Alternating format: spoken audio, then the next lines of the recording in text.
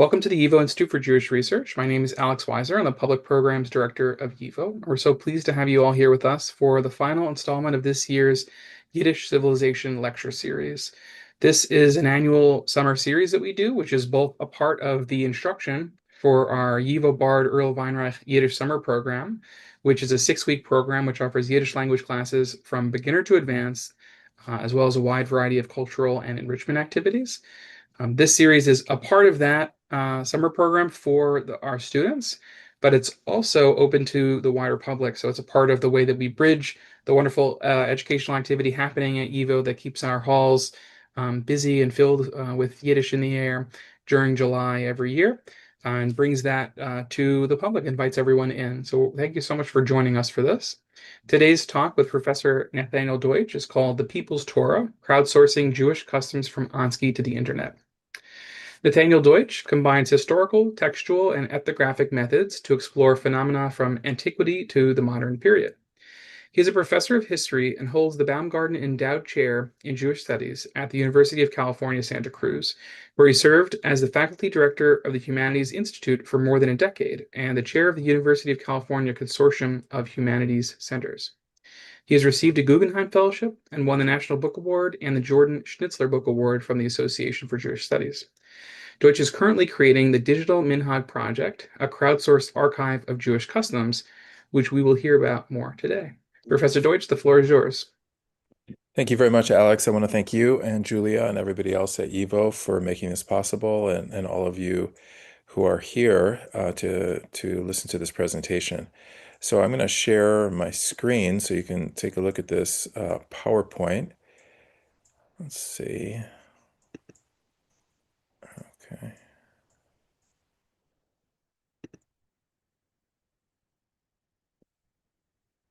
Okay, hopefully everybody can see this.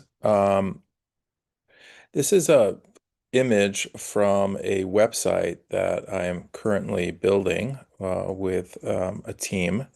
And I'm going to be returning to the website later on in my talk and giving you a tour of it. But for now, I want to go back in time and talk about the roots of this project. As you can see, it's called the Digital Minhag Project, and I'm going to talk a bit more about Minhag later. And it is a crowdsourced archive, I'm hoping that it will become a crowdsourced archive of Jewish customs. And the crowdsourced aspect of it will also, I think, make sense after the presentation. So in order to understand the roots of this project, we have to go back more than a century to the Russian Empire and to a figure known as Ansky, who lived from 1863 to 1920. Some of you may have already heard of him. If you're into Yiddish civilization, then you almost certainly have, or you should have.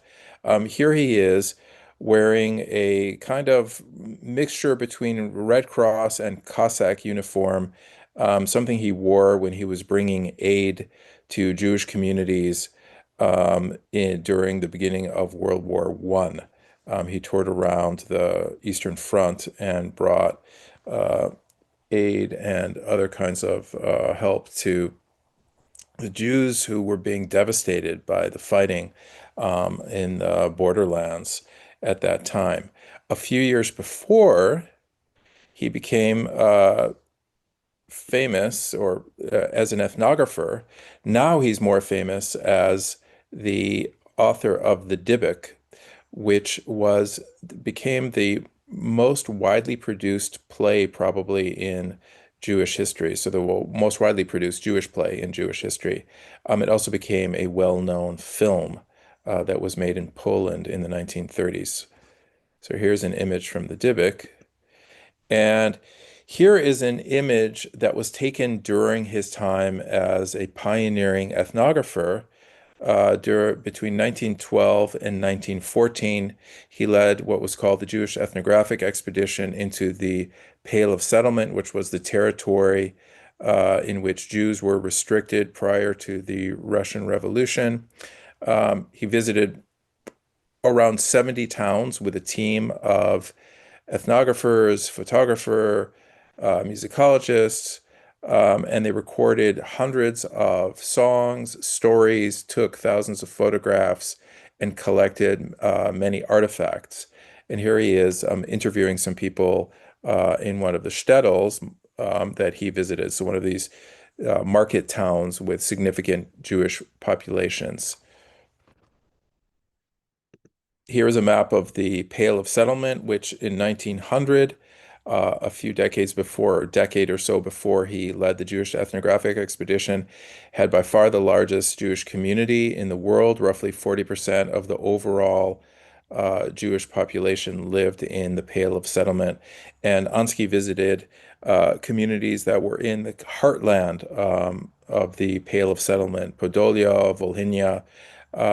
He was particularly interested in Hasidic communities because he felt that Hasidic communities had preserved Jewish traditional practices or customs, or as it was called in Hebrew, minhagim, or in Yiddish, minhagim, um, more than other Jews, that even as all of the Jews in the Pale were experiencing modernization to one degree or another, Hasidim, because of their ideological commitment to tradition, in this sense, we could call them traditionalists. That is, they saw tradition as a value in itself and preserving tradition as an important value, even as an ideal.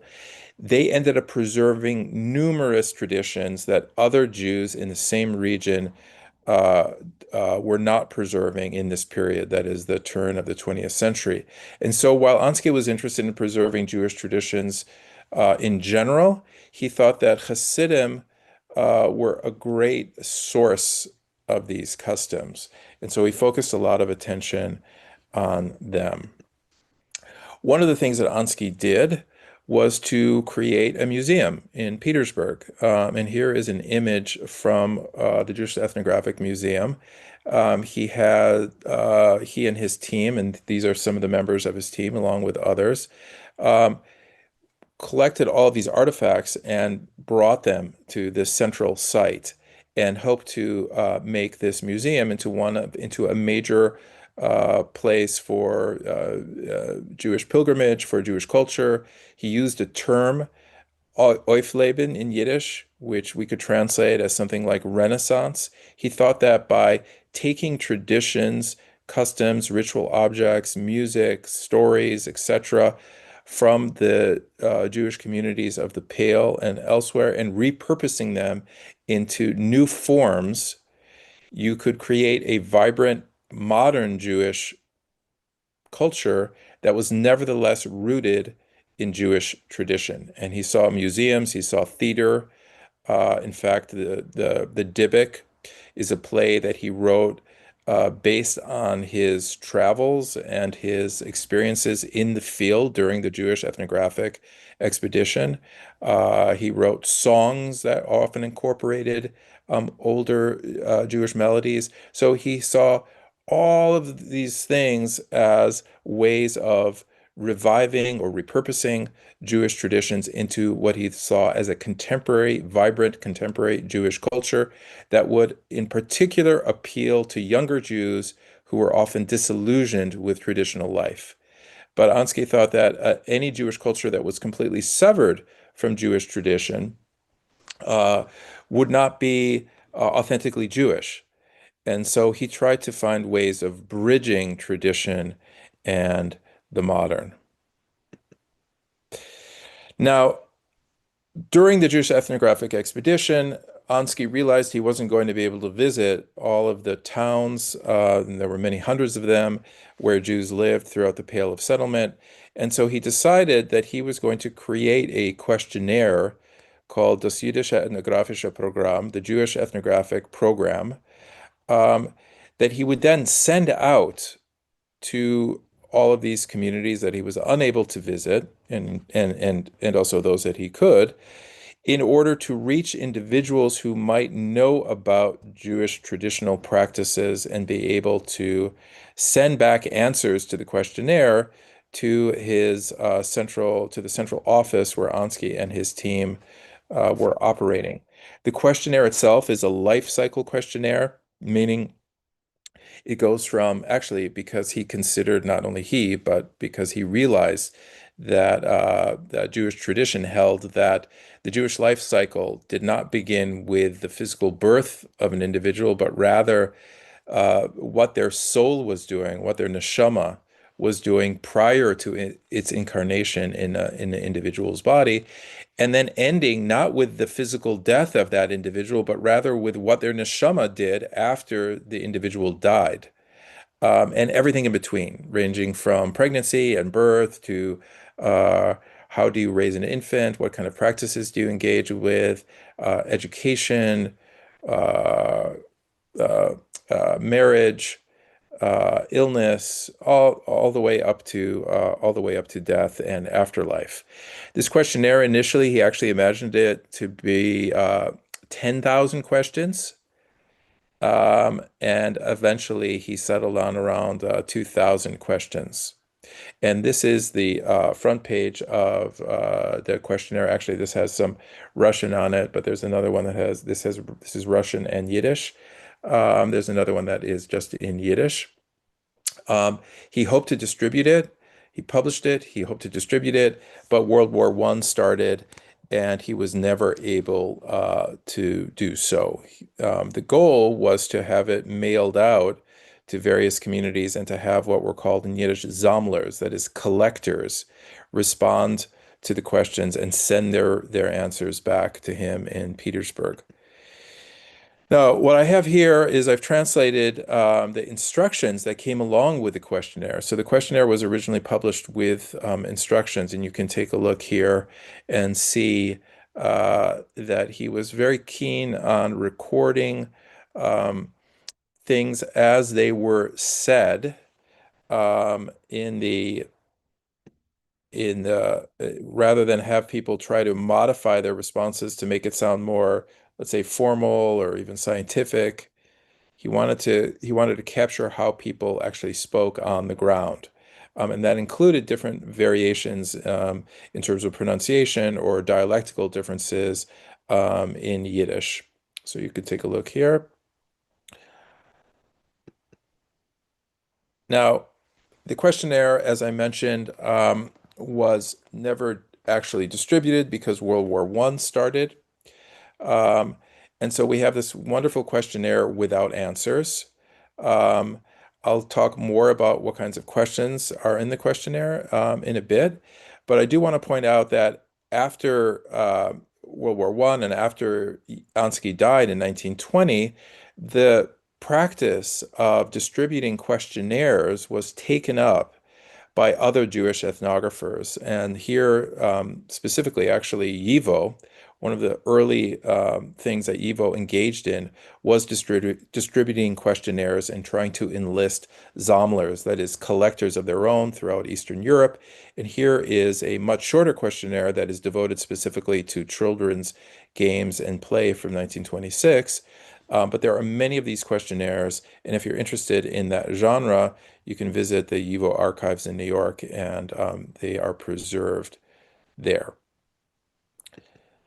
Okay, a while back, I'm actually not even sure when I started to do this, but I decided that I was interested in translating the questionnaire and annotating it, in translating it into English from Yiddish. The questionnaire was originally in Yiddish, and annotating it.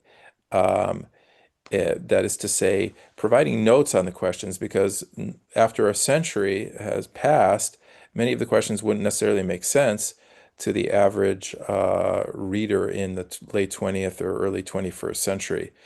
So this became a very, very, very intense project for me. It took years to do it. I eventually succeeded and published it in this book with Harvard University Press, The Jewish Dark Continent, Life and Death in the Russian Pale of Settlement. In going over the questionnaire, as I did, one of the things that I realized was that the word that appears most frequently in the questionnaire is the term minhag, the Hebrew word for custom. And it became clear that custom was really the grounding, if you will, or the orienting principle by which all of these practices, beliefs, traditions that were expressions of Jewish, we could say, folk culture or popular culture in the Pale of Settlement were organized around this older Jewish category of custom or minhag. And what Ansky was really doing was collecting minhagim. He was collecting these customs, or he hoped to do that through this questionnaire. Now, in fact, there is a much older Jewish genre of what are called what's called a Sefer Minhagim, a minhag book.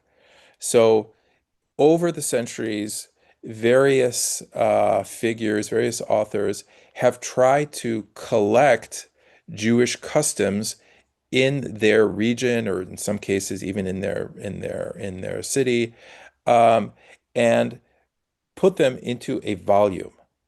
Now, of course, you could say that there's something somewhat paradoxical about this because the customs themselves are expressions of how people um, act on the ground, what kind of practices they engage in, and in a way they resist being written down. But at different times, people have decided, and I can talk about this more in the question and answer if people are interested, people decided to record these customs and publish them in books.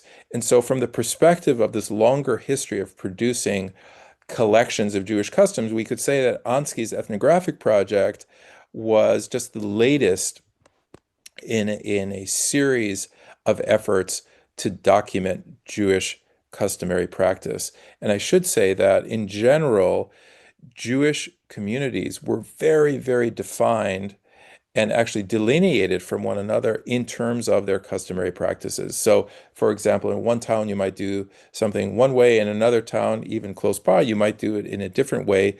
Both of them considered their customs to be not only acceptable from a Jewish point of view, but actually the Jewish way of doing things in their town. And there are all sorts of rules about what do you do if you go from one town to the next. Do you maintain your own customs? Do you take on the customs of the town that you're moving to? And so on. So Ansky is, despite the fact that in many ways he was a pioneer in terms of Jewish ethnography, in terms of what he ended up collecting in this profound way was very much a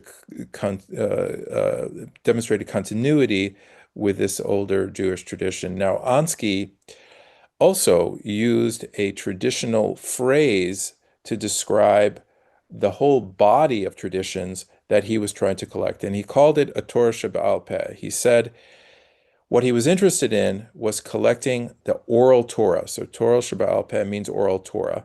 The oral Torah that the Jewish people, the Jewish folk, had produced over many centuries, not the rabbinic elite who had produced what's you typically call the oral Torah. That phrase is typically applied to the Talmud and other Jewish texts produced by rabbis.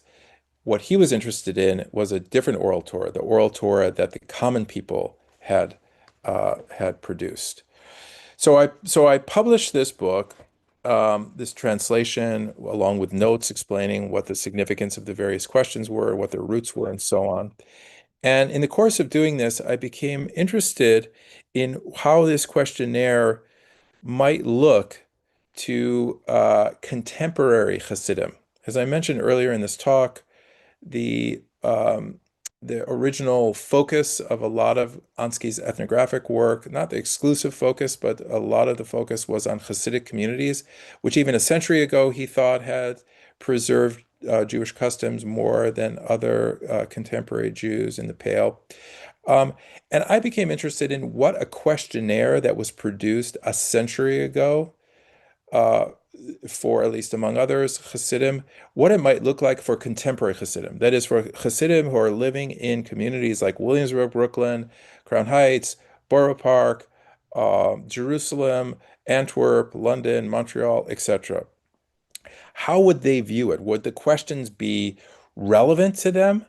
Would they make sense to them? Would they understand them? What would be different? What would be the same? Now, Hasidim, now as in the day when Ansky led his ethnographic expedition, pride themselves on preserving and transmitting tradition and Jewish customs in particular. In fact, many Hasidic communities have they have a Sefer Minhagim of their own community. What are the customs that their own particular Hasidic community do when it comes to certain Jewish holidays and other, and in some cases, life cycle events and so on? So customs, minhagim, are very important to them. So what would they make of this questionnaire? So initially, I decided that I was going to try to get Hasidim today, or now it's already close to 15 years ago, to answer the questionnaire that Ansky had created a century ago.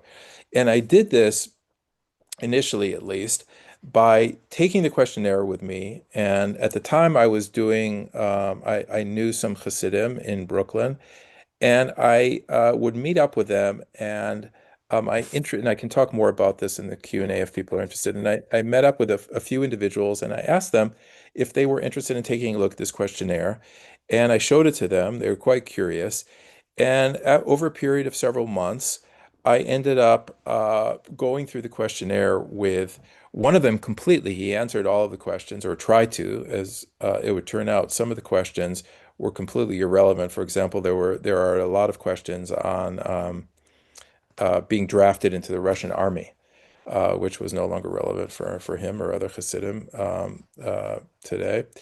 The Russian Imperial Army, I should specify. Um, and then the other individual who I worked through the questionnaire with was able to answer several hundred questions.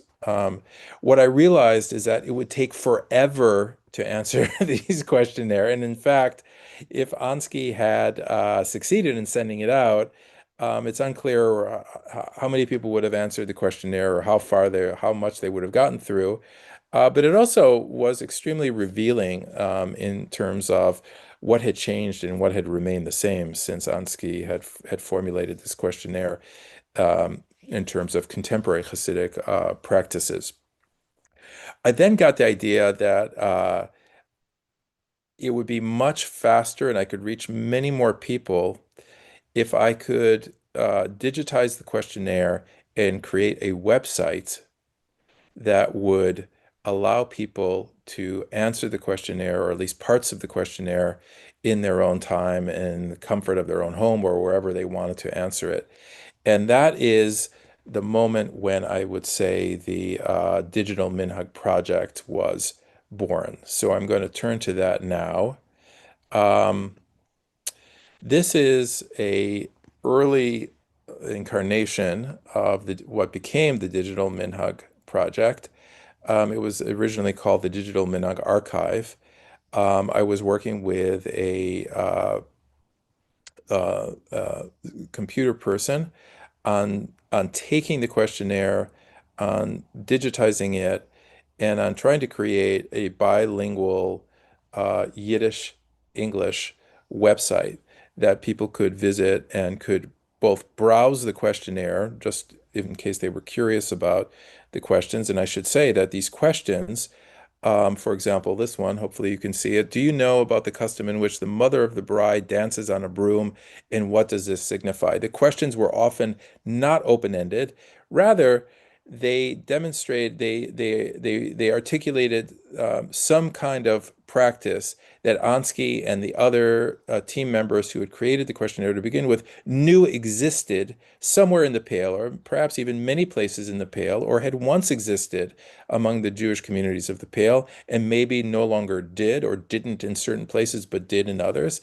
And so in reading the questions and reading the questionnaire in general, you can learn a tremendous amount about Jewish life in Eastern Europe, traditional Jewish life in Eastern Europe. Um, and so it really is a wonderful thing just to browse. In addition, what I was hoping was that people would be able to create accounts. I wanted to to design the website in such a way that people could create accounts and then answer the questions themselves. And in doing so, have a crowdsourced archive, or create a crowdsourced archive of contemporary Jewish customs. That was the original plan. As now, I want to turn next to the creation of the Digital Minhag Project, which shifted away from that original plan to something more specific, which is a focus on contemporary Hasidic communities. So now I'm going to stop this share and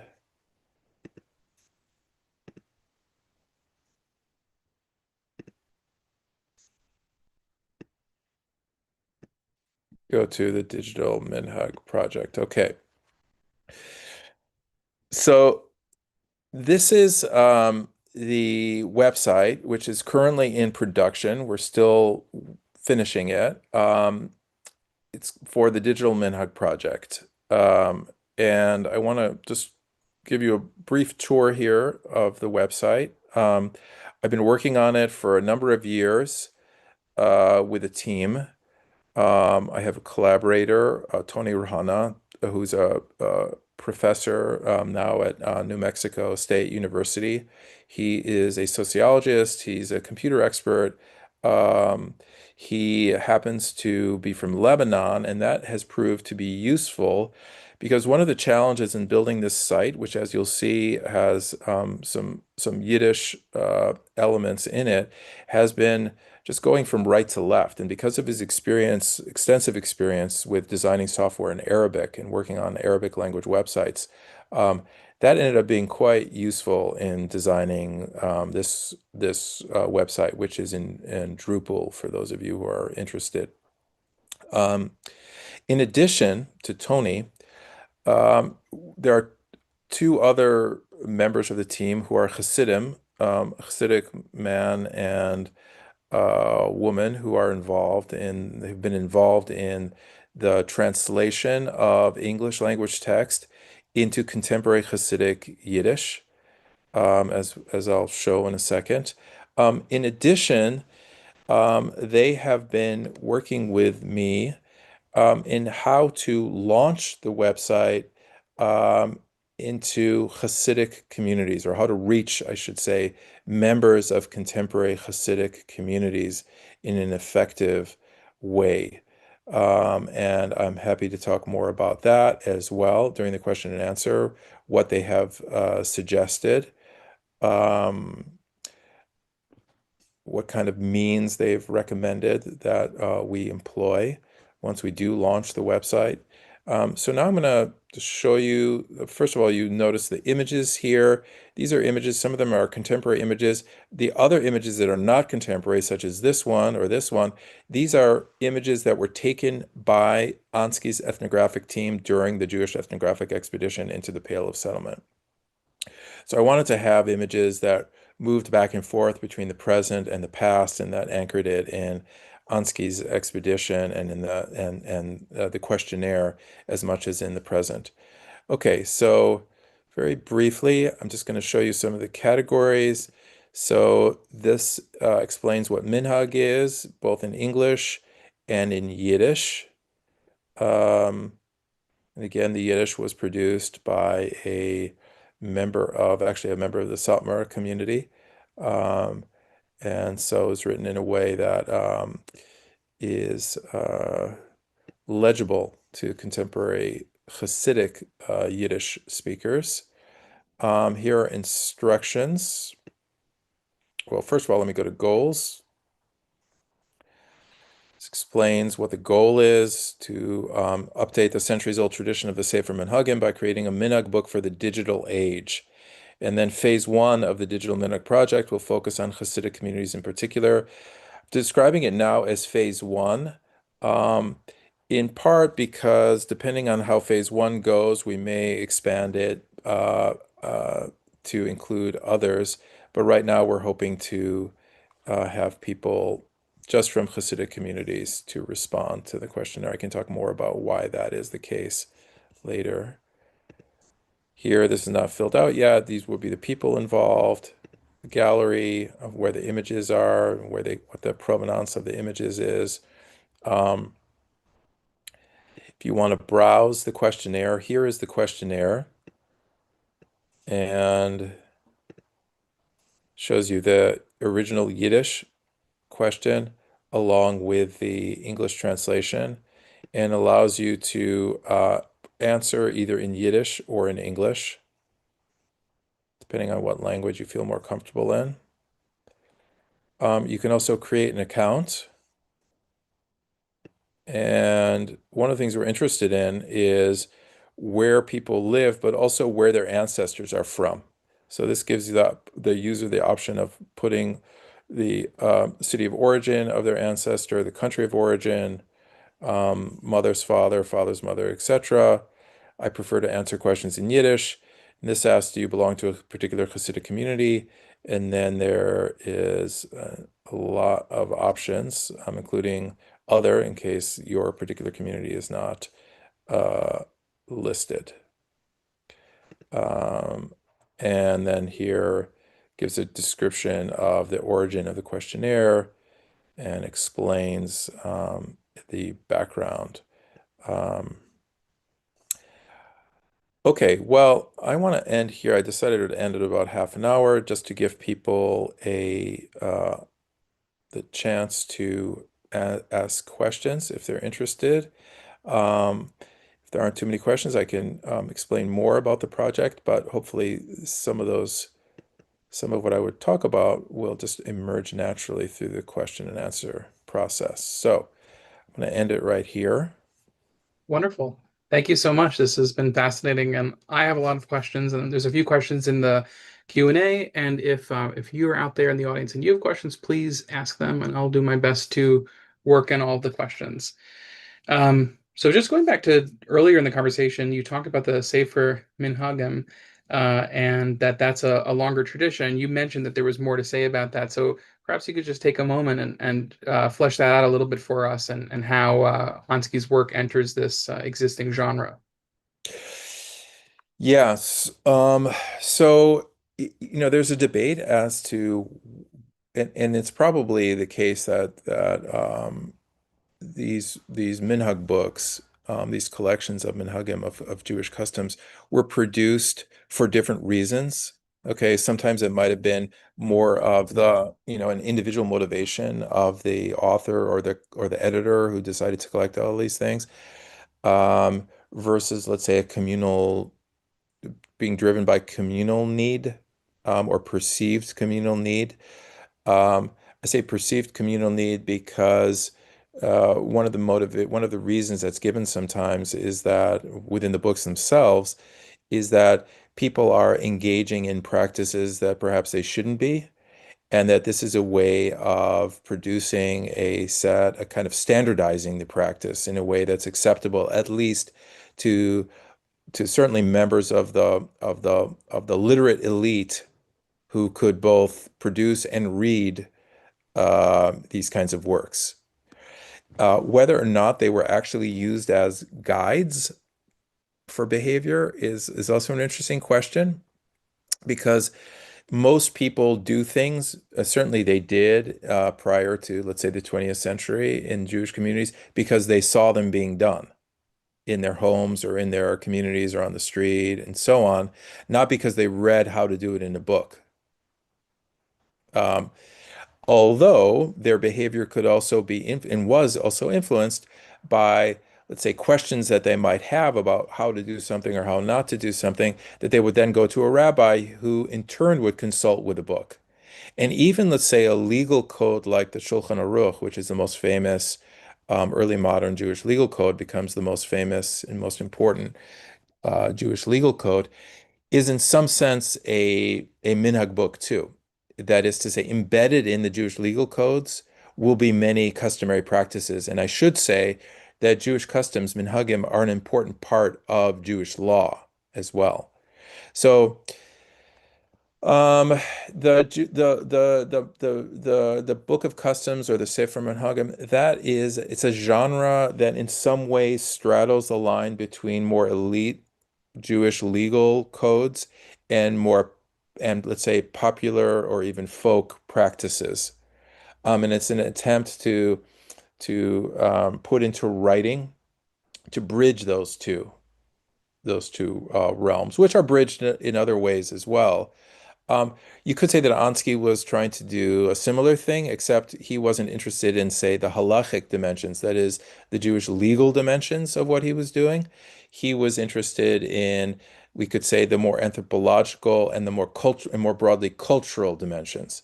So for him, culture, one way of understanding what he was doing is trying to take Jewish customs and produce a modern Jewish culture out of them. You see what I mean? Uh, Yes, absolutely. I want to ask you more, a little bit more about that later. yeah, We have some viewers that are asking if you could just explain, can you give some examples of some of these customs, for people that might be less familiar with what some yeah, minhagim are? yeah, yeah. I mean, there's there's thousands and thousands of them. So the way that Ansky, and if you were to browse through, then hopefully the website will be launched and everyone, we're seeking Hasidim to, we're hoping that Hasidim will create accounts and answer the question, at least in this first phase. Eventually, ideally, it'll just be, open to everybody, in that sense. But that even during the first phase, everyone will have access to the questionnaire through browsing, and they can just go through the questions and take a look at them. So one of the things that Ansky did was he organized many of these customs according to, or we could say the customs come out according to the life cycle event that he's asking about. So, for example, pregnancy. Um, all sorts of questions regarding Jewish customs around pregnancy. How, if you are having a hard time becoming pregnant, what can you do to facilitate pregnancy? And one of the things, some of the people who are watching this may have heard of this. You can eat the pitom, the tip of an esrog, of a etrog, of a citron that's used on the Jewish holiday of Sukkot or Sukkot, in a ritual way, and that will help you to become pregnant. So that's considered a minhag to eat this pitom. Okay. Um, there are certain minhagim surrounding the first haircut for a boy. Okay, in different communities, most of the communities would do it at 3. There's some that might do it at 2. Who takes the first, the Upshurnish, who in Yiddish, who cuts the first lock of hair? Who gets the honor of doing that?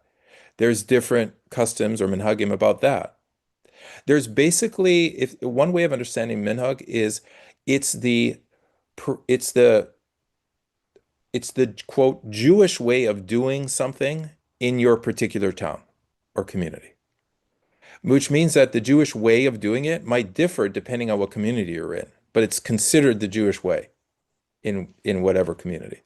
So, it ranges from eating to going to the bathroom to getting married to going to school to playing games to giving birth to dying. What's the Jewish way of dying in your community?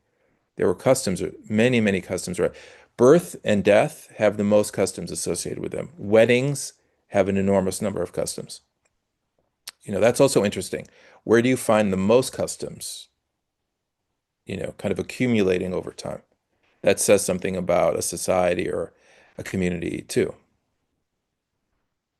So we have a question about one viewer asks, I wonder how many of the customs are based on stories of the Torah and how many based on rational knowledge. And so you already made a kind of Yeah. distinction between the written Torah and the oral Torah, but maybe you could go a little bit deeper there and comment on this question of rational knowledge. And does that have something to do with minhagim? Yeah, so the answer is there are many sources for customs, and this is actually one of the things that will come up in these custom books is sometimes they will try to trace the origin of a custom. In some cases, they do originate in the Torah. It might be something that somebody in the Torah did, one of the figures in the Torah, Avram or Yaakov, Abraham or Jacob or something like that, right? And then that becomes a custom, the origin of a custom.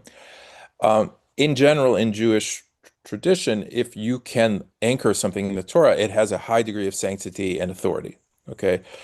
In the same way, if you can, certain customs are attributed to a famous rabbi that may have done them first or is understood to have done them first. Okay, that is also brings prestige to a custom.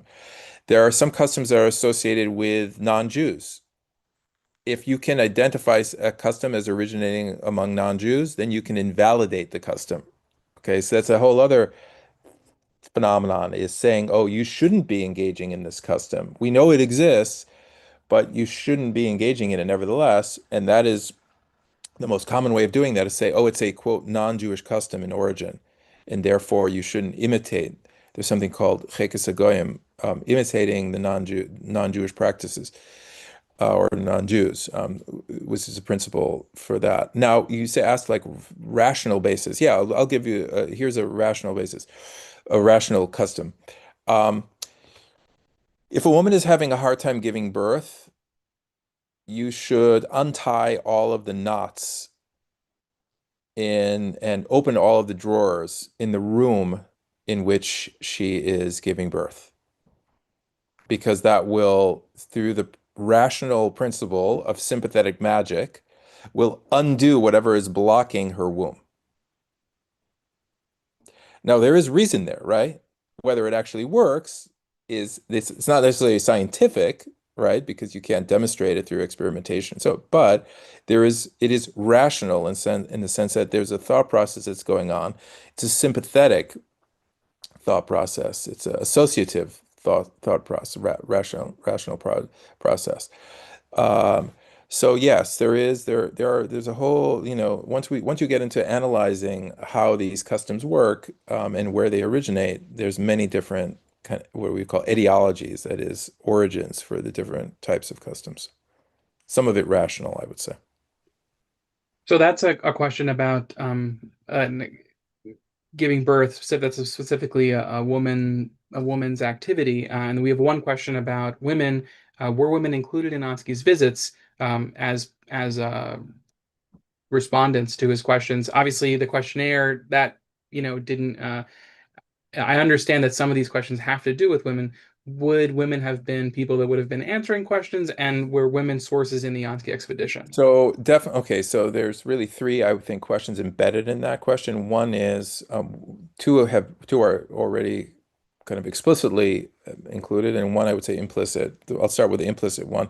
The implicit one was, were there women in Ansky's ethnographic team? I mentioned that he gathered together, photographers, musicologists, and so on to travel with him when he went around the Pale of Settlement to these roughly 70 communities in person.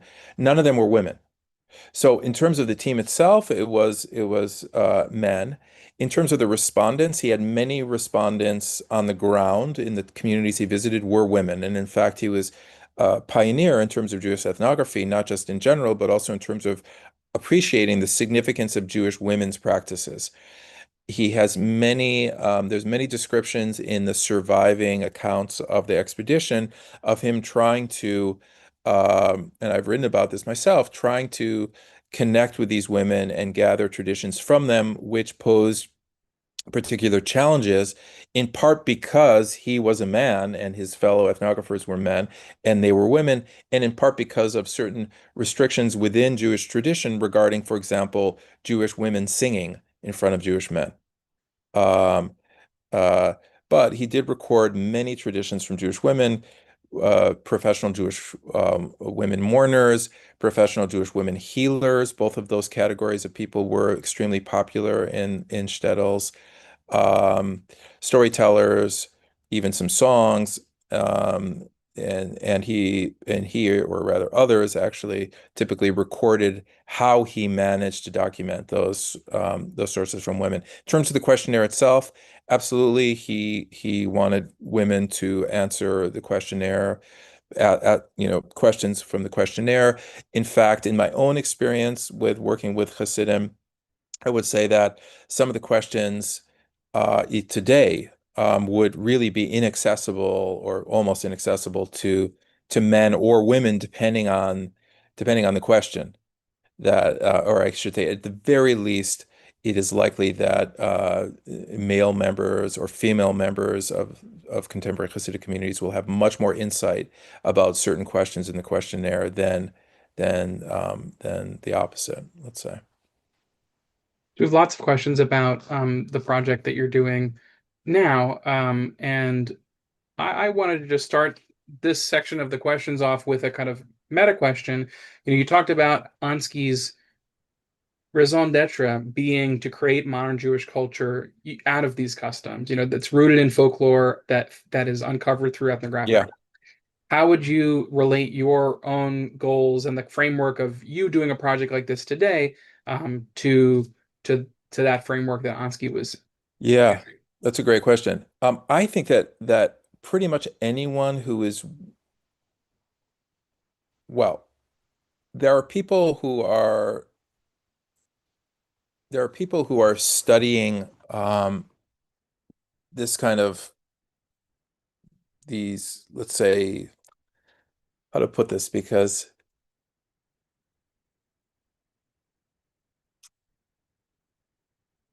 a lot of us wear different hats.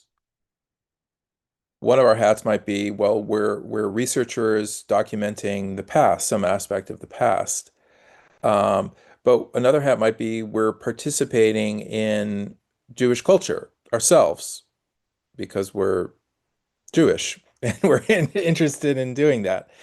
And and we're interested in preserving or transmitting or transforming, Jewish culture, updating it, making it vibrant. And to the extent that we are interested in those things, I think we're all, and to the extent that we value Yiddish, what this series is called Yiddish civilization, right? And we think that that's an important part of, let's say, a global Jewish culture, contemporary Jewish culture.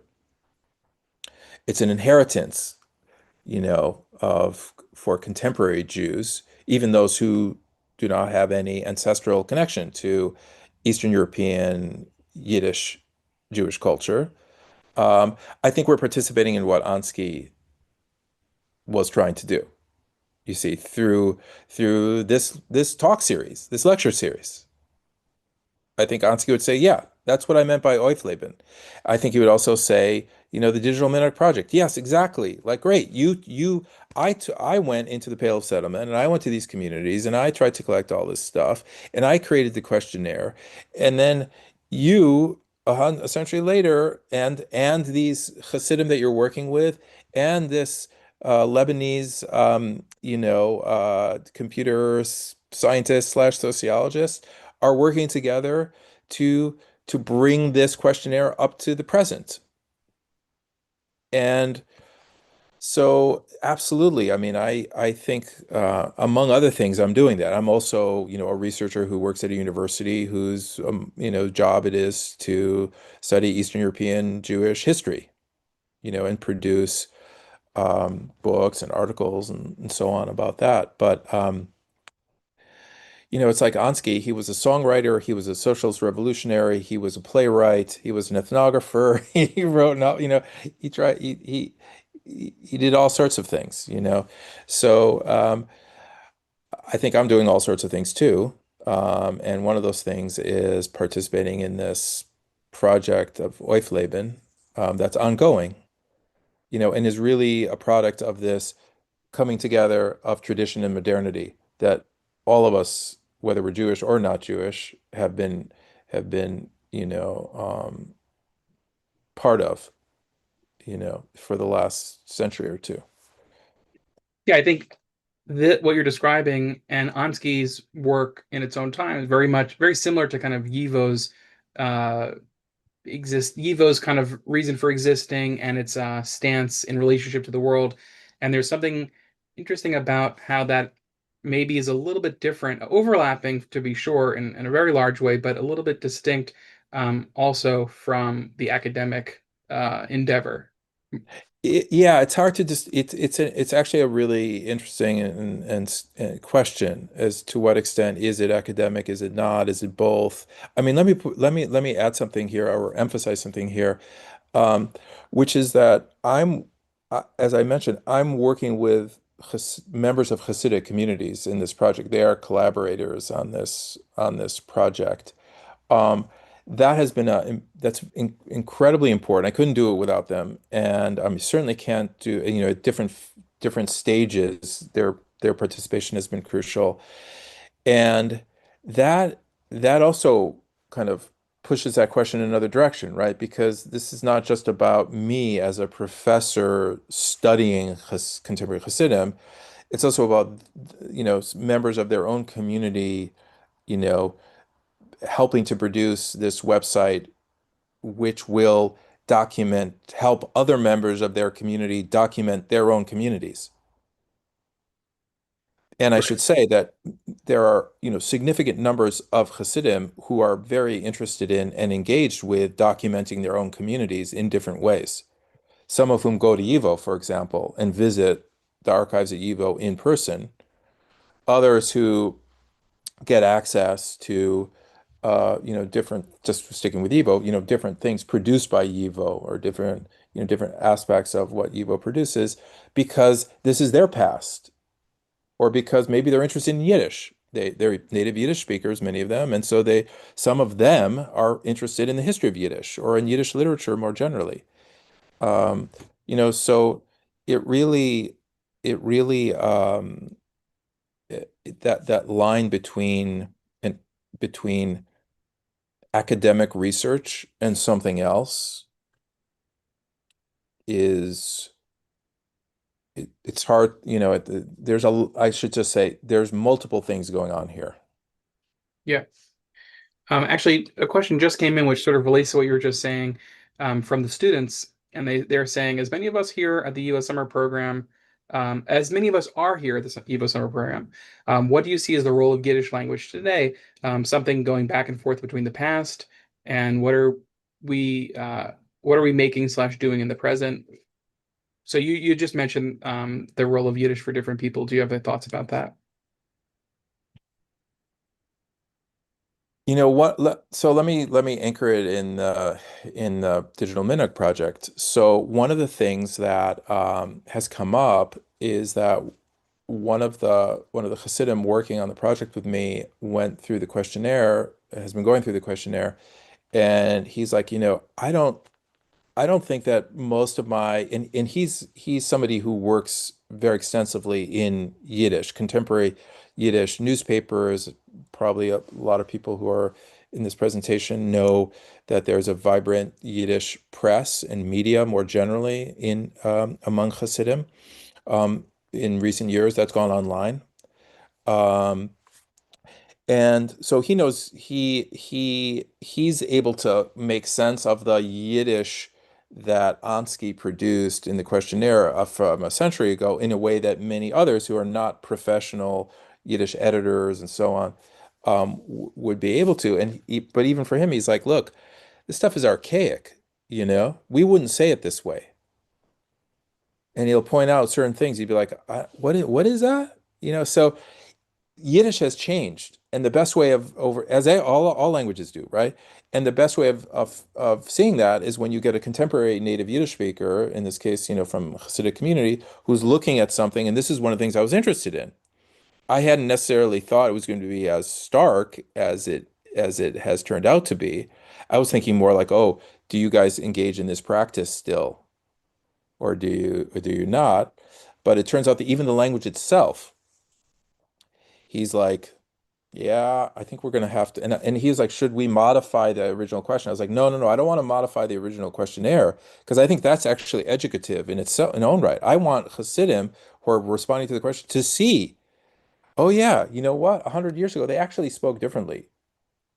And Right. to But they use learn different words to describe. Yeah. exactly, right? So instead, we're putting it in brackets in certain places to clarify, use a contemporary Yiddish term. By the way, some of those terms might actually be, terms that have come into Yiddish from English.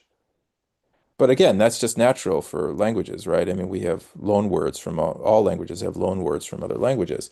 So that's just the sign of a living language. So, absolutely, a project like this can really reveal the extent, the ways in which Yiddish is a living language and therefore has changed since the time of Ansky. In the same way, Hasidic communities are communities that are always changing, like all communities, even though they pride themselves on preserving tradition. Um, and at the same time, they do preserve tradition. It's not like, oh, everything now is different from 100 years ago. Um, And it's also the case that Hasidim, despite the fact that a number of the communities today are self-segregating, um, are in some ways imbricated in not only the broader Jewish community, but the broader global community, and especially now with the internet. And this project, hopefully it'll succeed in the sense that it'll get people to visit the site and either just browse or actually create accounts, will be a further demonstration of that. Even though there are certain challenges that have come up, that will have already and will come up regarding that kind of outreach, using the internet for Hasidic communities.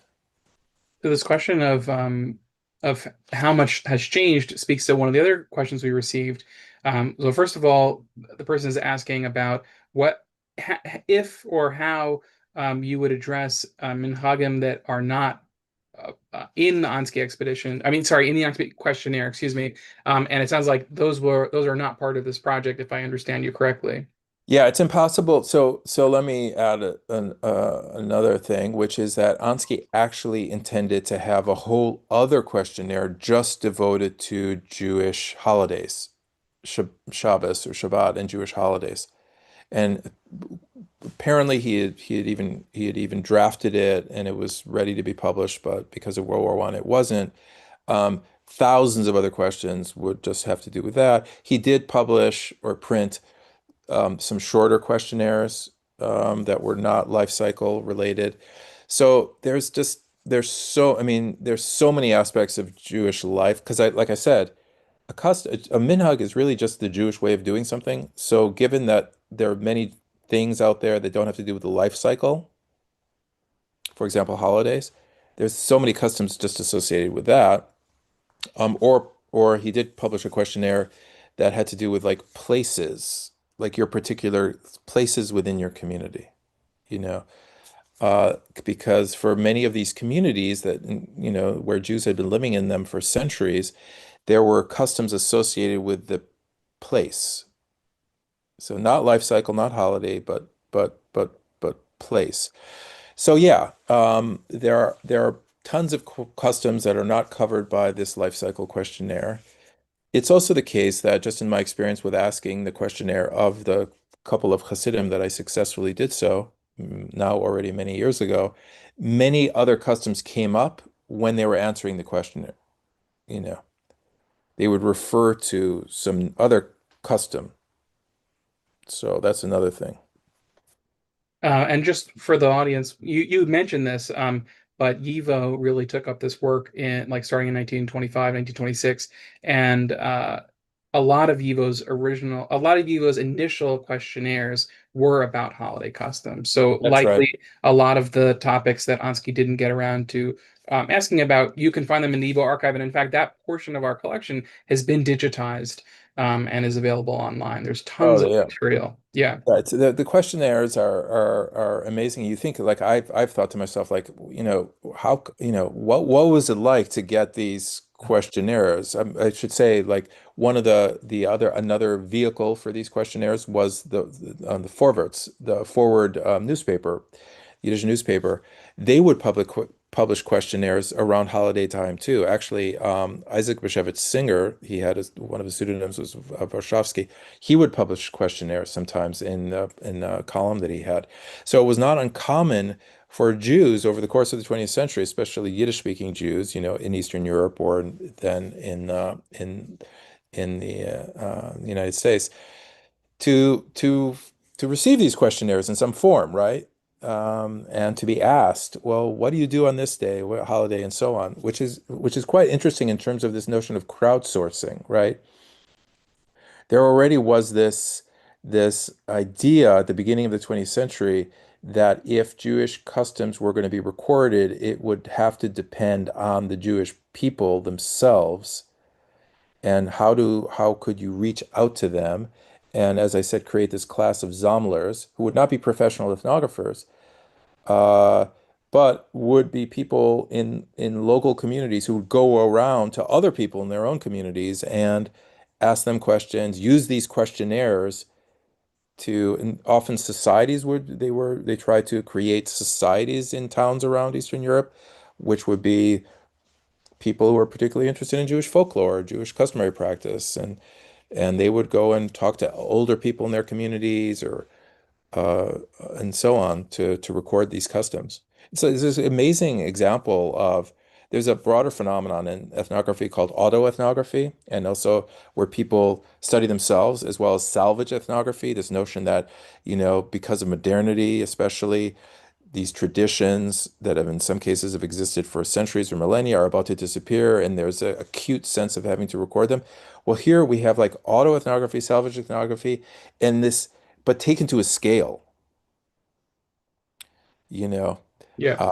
that is really quite remarkable. So we're just getting to the hour, but I want to get squeeze in a few more questions if I can. Sure, Uh, yeah. so you talked a lot about how things are changing. I wonder if you can offer any reflections on uh, how much are you expecting change? If you overall, when in looking at the questionnaire, do you anticipate a huge amount of confusion and difference, in these in minhags that have not a minhagim that have not, been preserved, or do you like what are your expectations? Yeah. Um, it will depend on it's going to depend on the section. Um, s some of it is so, for example, childbirth, pregnancy and childbirth. So one of the things I've been studying recently is to what extent has because I've been doing some work for the Tenement Museum in New York, which is another great institution there in New York. Um, to what extent have Jewish, to what extent did Jewish pregnancy and childbirth and early infancy traditions survive the passage from Eastern Europe to New York City at the turn of the 20th century? So the Tenement Museum, among the other, it's organized around apartments of families that used to live in the in buildings on Orchard Street, and one of them is a Jewish family that called the Levines. That wasn't their original surname, but they took up that name in the 1890s and early 20th century. Um, lived on the Lower East Side, and the mother of the family had five children. And to what extent would her children have been, when she gave birth to them, would she have engaged in practices that she brought from her shtetl in Eastern Europe, in her case, Poland? And what would have disappeared? And so I become very interested in both the continuity and rupture, even at the beginning of the 20th century, let alone now at the 21st century among contemporary Hasidic women. Um, so that's the first thing to say is that there's this broader question of what has happened more generally in terms of, especially when it comes to some of these practices that became heavily influenced by medicalization of things like childbirth and pregnancy. Now, for many decades, Hasidic women in New York, like most women in New York, and certainly most Jewish women in New York, gave birth in hospitals with doctors. But more recently, among Hasidic women in New York, and this is already decades long phenomenon, more women have used midwives, have gone and continue to go to midwives. This is something that was all the women in Ansky's time in the Pale of Settlement, all the Jewish women were basically going to midwives. So all of the questions, there's a whole section devoted to midwives, tens of questions devoted to midwives. Well, had these questions been asked to Hasidic women in like 1960 in Brooklyn, you'd get very different responses to now because you wouldn't many of those questions wouldn't be relevant. But now you have midwives again very active in many Hasidic communities. And so that's just an example of how if we take a century of time, we could say women going to midwives, not going to midwives, going to midwives again. have the customs associated with midwives been revived? Was there some kind of subterranean preservation of those customs? Did they disappear? Are Hasidic women interested in reviving customs that may have disappeared, at least in their community? Um, so that's one that I'm, particularly focused on now. And there's some people who have been studying Hasidic women's childbirth and pregnancy practices more. Um, Death is another one. This cemetery was an incredibly important site for Jewish ritual practice in Eastern Europe. And part of that had to do with the fact that they were almost always located in town, and you could easily visit them. And people did, especially during the month of Elul, Jewish month of Elul, but at other times too. Um, it's much harder to do that now in most cases. Even though I would say Hasidim are distinctive in the way in which certainly with their leaders, the leaders of their community, their grave sites will are sites of pilgrimage. So that's another area that I'm particularly interested in seeing whether the Hasidic practices around the cemetery have been preserved. Whether I know I've witnessed practices connected to their communal leaders, the graves of their communal leaders, but does that also extend to family members, regular family members, and so on?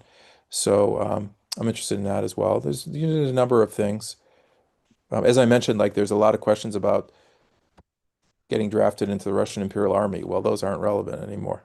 But that might spur, for example, if Hasidim are answering from Israel, it's obviously many Hasidim live in Israel now. Will that spur responses having to do with the potential draft of Hasidic and other Haredi young men into the Israeli military? I suspect that it might, when they answer the questions. So we're in overtime here, but I just want to ask one final question, or I'll combine a few questions. So a lot of people are really curious to hear more about the outreach that you plan to do with this project, how you plan to reach communities, where you plan to or hope to reach Yeah. communities, whether Chabad might be a resource or a part of it. Um, some people are asking, have you spoken to Rebbes? Would some participants want to speak to their Rebbe before participating? Is there any possibility of bringing it to communities that aren't Yiddish speaking, that don't speak Yiddish or English, but perhaps Russian speaking Yeah. communities? So final comments about the many questions Yeah. there. Okay. So those are all great questions. So first of all, the rabbit question. When I initially started this, I did think about reaching out to rabbis in different communities and getting what's called their, haskama, their approval for this project. That was when I was going to do it in person, which now I can't believe I thought that would work. But in any case, now it's a lot. I do not feel the need to do that because of the online dimension of the project. And more generally, the internet has allowed has despite the fact that the internet is kind of described correctly so and to some degree I think as like a public square, a kind of digital or virtual public square for communities like Hasidic communities. It also is allows privacy in a significant way because they can engage in activities in the privacy of their, let's say, smartphone or their computer, um, as long as others, who may disapprove of them, don't disapprove of the use of those technologies in a given community, don't see them doing it, and engage in activities that they might otherwise not be able to do, if it weren't online. Um, and that might include, let's say, answering a questionnaire like this. And this is something I've talked about with my Hasidic collaborators, is this going to be seen is this project, this activity going to be seen as problematic within any of the communities that they are connected to? Or will it be, as they've said, will it be kosher or not? That's something that we've talked about, and it's unclear, and it might depend on the individual too. So I did connect with one rabbi, but now that's not something that I'm trying to do. I don't think it's necessary. In terms of reaching out to different Hasidic communities, I am interested in Chabad, and I've working with somebody in Chabad to do outreach there, as well as in Satmar and some of the other Hungarian communities. Um, but we're interested in all the Hasidic communities. Um, and those Hungarian communities in Chabad are going to have very different, in some ways, responses. And I should say that when I did do the questionnaire in person with the two Hasidim, one of them was Satmar, one of them was Chabad. So I have some sense of how at least two individuals would answer the questionnaire from those respective communities. In terms of outreach, um, I, hopefully people can see this. Iwelt, this is like a Yiddish language. It's for the vast majority of the people who participate in it are Hasidim. Um, and it's a site where people can post questions and share news, and there are threads where people have long conversations about all sorts of subjects that someone raises. And there are also ads here. So one of the possibilities for outreach, as you can see on the top here, one of the possibilities for outreach is to maybe place an ad here. Um, and here you can see some of the threads. I don't know whether you can read it, but you can certainly visit iVelt yourself and take a look. Um, Kol Mavasser is a Yiddish broadcaster. It started out as a hotline, um, and where people could call in and get information, news. It has now morphed into a website with podcasts and videos. This is another way that we may do outreach.